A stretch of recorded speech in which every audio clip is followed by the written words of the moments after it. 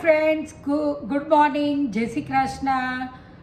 हम आज बना रहे हैं पॉडकास्ट मेरे ससुर जी के साथ। अभी वो 93 इयर्स के हुए फरवरी में, और उनकी दादी यानी कि मेरी दादी से परदादी सास 102 साल समथिंग के गुजर गए थे। तो उनके पास जो भी वो साल यानी जो भी किस्से वो हमें वो सुनाने वाले हैं, तो हम लोग ने बहुत बार सुने हैं, तो मैंने सोचा आपके साथ भी शेयर करूं। तो हम करेंगे वो पुरानी वार्तालाप, पर वो कंफर्टेबल गुजराती में है, तो हम लोग आज करेंगे गुजराती में।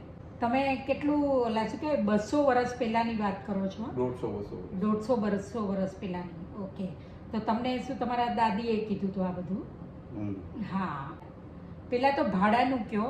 મૂળ અમારા ભાડાનું વતન છે. એ ભાડાની અંદર આજે 150 થી 200 વર્ષ પહેલા ત્યાં આગળ ભગવાનની શંકરની મૂર્તિ નીચે જમીનમાં હતી. એ જમીનની મૂર્તિ માટે અમારા ફૈબા ભારતી ફૈબા ને સપના 3-4 વખત આવ્યું. ત્યારબાદ અમારા ધનભાઈ માની પાસે ગયા ને ધનભાઈ માને બધી વાત કરી કે ભાભી અહીંયા આપણે મને સપનામાં દેખાય છે શંકરની મૂર્તિઓ કહે છે. ગામના લોકો બધા ભેગા થયા. ભેગા થઈને વાત કરી કે ભાઈ હવે આપણે કેમ કરવાનું. કારણ કે આપણે કરી મેં ખોદકામ કરી. બીજે દિવસે ખોદકામ કર્યું ત્યાંથી એક 3 મૂર્તિ નીકળી, થાળા અખંડ થાળા સાથે ને લિંગ લાંબી લગભગ નહીં તો 6-7 ઇંચ 7-8 ઇંચ. ત્યારબાદ બીજી લિંગ નીકળ્યું એ બી અખંડ થાળા સાથે અને લગભગ 5 થી 6 ઇંચ ને ત્રીજી લિંગ નીકળ્યું એ ઘંટલા જેવું નીકળ્યું ગોળ અને અંદર ખાડો. એ 3 મૂર્તિ હતી ત્યાં. એટલે ત્રંબકેશ્વરમાં છે એ ટાઈપનું? હા, ત્રંબકેશ્વરમાં મહાદેવ મંદિર છે એ જ ટાઈપનું આ નીકળ્યું થાળામાં. હવે એની ઓટલો કરી ને એની 3 સ્થાપના કરી ને એને બધા પૂજા કરતા. ત્યાં સુધી આજે લગભગ 1.5-2 વર્ષથી હું ભાડા ગયો ને ભાડામાં મેં જેકી કાકીને પૂછ્યું કે જેકી કાકી આ 3 મૂર્તિ આપણી હતી એમાં એક જ છે, 2 ક્યાં ગઈ? કે બેટા તને એ જ પૂછવાનું હતું કે અહીંયા 3 મૂર્તિ હતી ને 2 કેમ ગઈ? એ અલોપ થઈ ગઈ. અલોપ થઈ? હા, અલોપ થઈ ગઈ એટલે કોઈ તો ચોરી ન જાય, પણ એ મૂર્તિ ક્યાં ને ક્યાં ગઈ કે નીચે પાછી ઉતરી ગઈ કે ક્યાં ગઈ ખબર ન પડી. અત્યારે એક જ શંકર ભગવાન છે ને એ શંકર ભગવાનની મૂર્તિ હતી જે શિવલિંગ હતું એનું પછી કેટલા વર્ષે મંદિર બન્યું કે હજી મંદિર નથી, કાચું મંદિર બનાવેલ છે ને હવે પછી કાંઈક નવું મંદિર કાંઈક બનાવવાની યોજના કરેલી લોકો. એટલે તો એ ભગવાન આવીને કીધું તમને કે મંદિર બનાવો કે કાંઈ? નહીં, ખાલી કીધું કે અહીંયા હું છું ત્યાંથી. એ તો છે શંકર સાક્ષાત છે. હા, ને માને છે બધા ઘણા. એમાં મધુ એ ચાંદીનું નાગ બનાવ્યું ને ચડાવ્યું. એટલે ત્યાં માનવા વાળા બહુ છે. માને જ ખરા. સ્વયંભૂ છે એટલે મંદિર એક મોટું ને એક નાનું. તે મોટા મંદિર એમાં શિવલિંગ છે જે એમાં તો વ્યવસ્થિત છે. શિવલિંગ છે, ગણપતિ છે, કાચબો છે, એ બધું છે. પણ એ શિવલિંગ સ્વયંભૂ નથી ને એ તો સ્વયંભૂ નથી. ઓકે, એ તો સ્થાપન કરેલું છે, સ્થાપના કરેલી છે. આ તો કુદરત નીચેથી નીકળે. તો સ્વયંભૂ જે નીકળી છે એનું કેમ મંદિર નથી બનાવ્યું હજી સુધી? એ અત્યાર સુધી હતું જૂનું, એમને પડ્યું હતું, હવે કરે છે. તો એ સ્વયંભૂ જે છે એની પૂજા થાય છે હજી? હજી કરે છે, બધા કરે છે. ઘણા ટાઈમથી જ્યારથી નીકળ્યા છે ત્યાંથી બધા કરે છે, બધા માને છે. તો આવો બીજો કોઈ તમારી પાસે છે જે તમારા દાદી પાસે તમે સાંભળ્યું એવું? પર બેઠો તો મારે ધનભાઈ, એટલે આ તમે સાંભળેલું નથી, આ તમારી સાથે થયું છે? હું ઓટલા પર ખાટલો લાગીને ઓહરીમાં બેઠો હતો તો હું બાથરૂમ ગયો વાડા તરફ.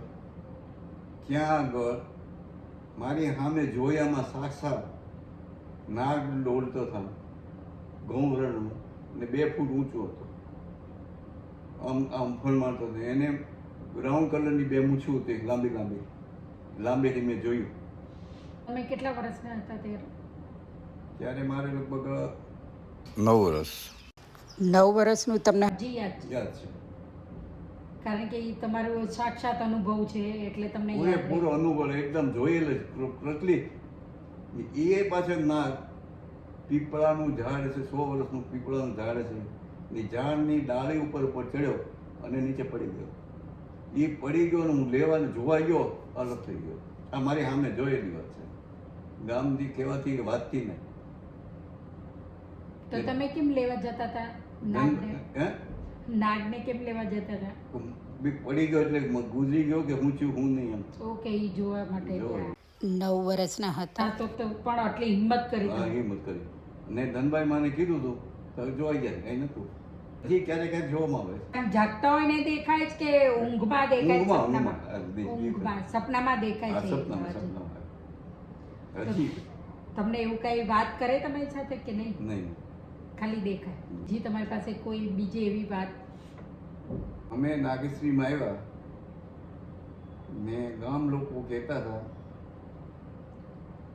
કે આપણે નવા પાદર નાગેશ્રીથી 3-4 કિલોમીટર લાંબે ત્યાં ગામમાં ધૂળિયોકોટ થઈ ગયો. ધૂળિયોકોટ એટલે સમજી ગયા ને? એટલે હાવ પડી ગયું. સપાટ. હા, સપાટ. હા ધૂળિયો ખેંચ ગઈ ને હા, એને ધરતી ધૂળિયો કંપે. બરાબર, ધરતીકંપ કહેવાય. હા, ધરતીનો ધૂળિયોકોટ થઈ ગયો એટલે બધું કમ્પ્લીટ સમાઈ ગયું ત્યાં. ત્યાંથી 2 મિનિટ 10-15 મિનિટનો રસ્તો હતો ને ત્યાં હનુમાનજી હતા. એમને એ જ હાલત ને એ જ પ્રમાણે નાગપુર મટીને નાગેશ્રી ગામ કહ્યું, નદી કાંઠે. એ નદી કાંઠેથી બધા માણસો ભેગા રહેતા હતા ને બધા એમ કીધું કે ત્યાં આગળ આપણે મંદિર જે નાગપુર ચેતન છે ત્યાં હનુમાનજી એમને બિચારા રહે વગર પૂજન નથી થતું ને કોઈ આરતી દેવો બત્તી નથી કરતો. તો હવે આપણે હનુમાનજી લઈ આવ્યા. આ કેટલા વર્ષ પહેલાની વાત છે? લગભગ 200-300 વર્ષથી. ઓકે. ધૂળકુટીઓ જ્યારે એ તો બધાને ખબર હોય કે ધૂળકુટીઓ લગભગ જેટલો ઉનાનો થયો, ઉનામાં જે ધૂળકુટીઓ સ્વામિનારાયણ મંદિરના રોડ ઉપર થયો, મંગાળેશ્વરની પાછળ, એવો જ અહીંયા નાગેશ્રી છે અને નાગપુરમાં. તો તમે કહો છો કે તમે નાગેશ્રી રેવા આવ્યા ત્યારે, તો ત્યારે આ બધા વાતો કરતા હતા? હા, વાતો જ કરો ને. હા હા. તે વાતો કહું ને કે મારી વાત કરી. હા, તો પછી શું થયું? હનુમાનજીને ગાડીમાં બેહાડી નિન્યા લાવ્યા નદી કાંઠે. ત્યાં વડલો હતો ને વડલા મેં સ્થાપન કર્યું ને પતરાનું નવું મંદિર કર્યું. એ કરીને ગયા, રાત ગઈ, સવારે હનુમાનજીની. ઓહ. એ જ હનુમાનજી જ્યાં બેઠ્યા હતા ત્યાં બેહી ગયા પોતે. એટલે જ્યાં હતા ત્યાં પાછા વળ્યા? બેહી ગયા ને અત્યારે સુધી હજી હનુમાનજી ત્યાં ઉભા બેઠા છે. એટલે એમની મરજી ત્યાં જ રહેવાની છે. ને હવે અત્યારે ત્યાં નાગેશ્રી નવું ગામ થયું છે. ઓકે. એટલે પેલા બધા પૂજા નાગપુર કરે. નામ હતું ને હવે નાગેશ્રી થયું, એમ કહેવા માંગે છે. ઇતિહાસનો આવે ને. અને આટલા વર્ષથી હનુમાન દાદા ત્યાં જ સ્થાપિત છે, તો ત્યાં મંદિર બનાવ્યું છે કે નહીં? મંદિર સારામાં સારું ઉભેલું. બનાવી નાખ્યું છે મંદિર? ઘણા અરે વાહ. તમને બીજી એવી કાંઈ વાત? મારા મોટા પાના દીકરા ભીખાભાઈ વરાવે પહેણાવા નહોતા, કુંવારા હતા ને અમારા પાર્વતી ભાઈને ઘરે રહેતા હતા. એ ગુજરી ગયા. એની પાછળ લીલ કરવો જ લીલ અમે કર્યો બધા. લીલ કરવા ટાઈમે કોઈ બાઈને હાથ ચોખ્ખા નહોતા ને મંડપમાં આવીને બેઠી. એ લીલનું કામકાજ પતી ગયું ને જાપે વાસણે મૂકવા ગયા ત્યારે પાણી નામવું છે તે એ બાઈએ પાણી નામ્યું. એ પાણી નામીને આવી ને લગભગ વર્ષ કે 6 6 મહિના 8 મહિના કે 1 વર્ષ થયું છે. એ અમારા અમૃત કાકી છે. એ અમૃત કાકીને ભીખાભાઈ આવ્યા. એટલે અમૃત કાકીના છોકરા ભીખાભાઈ? નહીં, તો અમૃત કાકી પોઠિયા હતા, એના પંડમાં આવ્યા ઓકે, હા. કે હું ભીખાવ છું ને તમે જે લીડ પડાવ્યો એ મને પહોંચ્યો નથી. મારા મંડપમાં એક બાઈ હાથ ચોખ્ખા નતા તે આવીને બેઠી. ત્યારબાદ મને પાણી ન નામવું દે તો ઠેઠ વાસણના પાણી નામવું દે આવ્યું તે ત્યારે મને આ પહોંચ્યું નથી. પહોંચ્યું નથી. આ કર્યા હજી પ્રચલિત છે, હજી લીડ નથી પડાવ્યું. હજી લીલ નથી પણ નહીં. અને લીલનો મતલબ એટલે કે જે કુંવારા ગુજરી ગયા હોય હા, એની માટે લીલ પરણાવવાનો હોય. તો આ લીલની વાત કરે છે કે એ ભીખા કાકા નાની ઉંમરમાં ઓફ થઈ ગયા હતા, જેની જનોઈ દેવાઈ ગઈ હતી પણ લગ્ન નથી થયા. એટલે લગ્ન નહોતા થયા તો ત્યારે આ કિસ્સો બન્યો કે એમણે લીલ પરણાવ્યા હરખથી કે ભાઈ મારા છોકરાના લીલ પરણાવું, લગ્ન થઈ ગયા એ ટાઈપનું. પણ પછી ખબર પડી કે પીરિયડ્સમાં હોય ને ગઈ હોય એ લેડી, તો એની વજહથી અધૂરો રહી ગયો છે. તો એની વજહથી કુટુંબમાં ઘણાને પણ પ્રોબ્લેમ થાય એવી પહેલાંના માણસો માન્યતા રાખે છે. હવે પણ હોતું હશે तो ये खबर नहीं. इनके साथ हमने बहुत ही अच्छा एक्सपीरियंस सुना और जो हम लोग नहीं मानते कि नहीं करते उसके हिसाब से इन्होंने बताया है कि ये सब भी होता है लाइफ में. तो हमें भी ये सब सोचना चाहिए और आपके किसी के भी पास भी ऐसे पुराने और कोई नए नए किस्से रहेंगे तो आप भी बताओ, मैं उसको भी यूट्यूब पे डालूँगी. इसके साथ ही मैं पॉडकास्ट का एंड करती हूँ और लाइक शेयर और सब्सक्राइब नहीं किया है तो कर लीजिए. Bye bye.